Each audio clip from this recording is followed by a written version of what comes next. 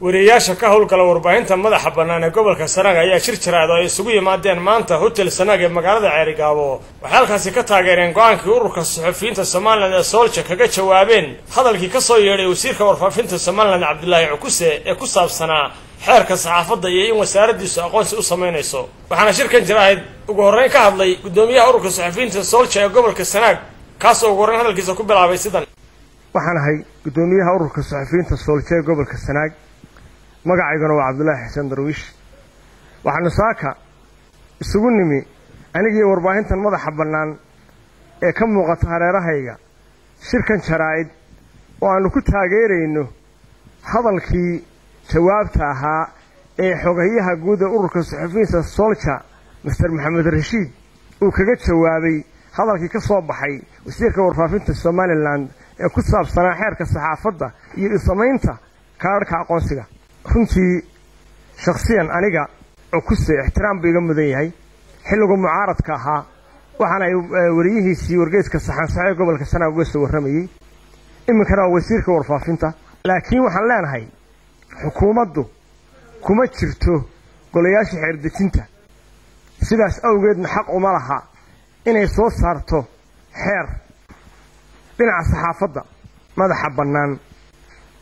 marka hore saxaafaddu waxay ka soo jeedaa institutionno marka laba loo kala qaybshana waa saxaafadda dawliga ee xukuumiga iyo saxaafadda madaxa bannaan saxaafadda dawladda ama koorha laga laalaadiyo sanqadha ama kaarar aqoonsi ha loo sameeyo laakiin saxaafadda madaxa bannaani waxay ku xidhan tahay oo ka soo jeedaa institutionadana xeeraarinta iyo wasaaradda maaliyadda haddaan xukuumaddii sidii loo dhisay wax laga bedelin ayay wada xiriiraan oo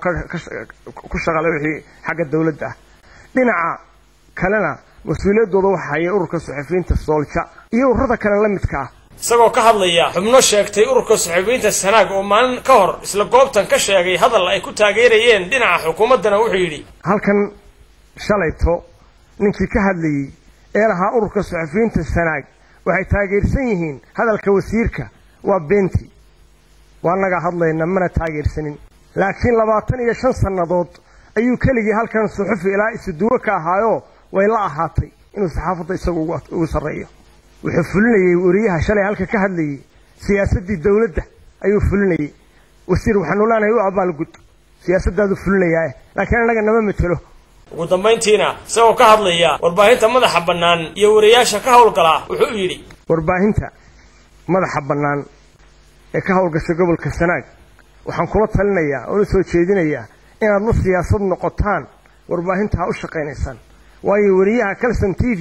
haddii aanu telefishinkiisa la siyaasad noqon uma shaqeyn karayo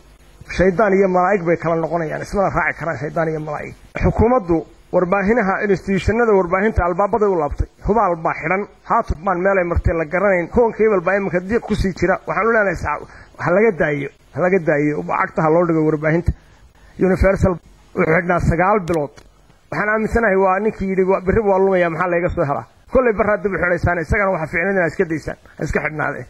waxaa iyaguna halkaasi ka hadlay xubno kale oo ka mid ah wariyaasha warbaahinta madaxa bannaan ee shirkan ka soo qayb galay wixii warbaahinta madaxa bannaan ee ka howlgasha gobolada Soomaaliland ay ku goodo walana ku goonaa wax la qabnaa ninkaasina wuxuu gudoomiye u yahay TV-ga qaranka baa gudoomiye ka ah horta halkaas shalay saxaafadii joogtay ma ahayn saxaafadda haddii saxaafadda dhankeeda laga hadlayana dee kuwa maanta halkan baa la oran karaa baa dhan xeerkaa ka soo baxay wasiirka annagu haddaan nahay saxaafadda madaxa bannaan ma taageersanin waa Cabdullaahi Xasan Darwiish shabakadda caalamiga oo Odweyne News magaalada Ceerigaabo